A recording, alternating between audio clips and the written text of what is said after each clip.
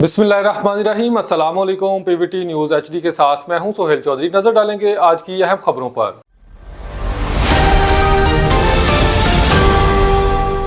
खबर शामिल करते हैं मुल्तान से अजहर ताज कुरैशी की रिपोर्ट के मुताबिक वज़ीर आला पंजाब मरीम नवाज के विजन ओपन डोर पॉलिसी के तहत खुली कचहरियों का सिलसिला जारी। सीपीओ मुल्तान सादिक अली डोगर की हदायत पर एसपी सदर बदर मुनीर की तरफ से थाना सिटी शुजाबाद खुली कचहरी का इनेकाद किया गया। खुली कचहरी के दौरान डीएसपी शुजाबाद ज़ियाउल्लाह, मुतलका एसएचओज़ और जमला तफ्तीशी अफसरान भी खुली कचहरी में मौजूद थे।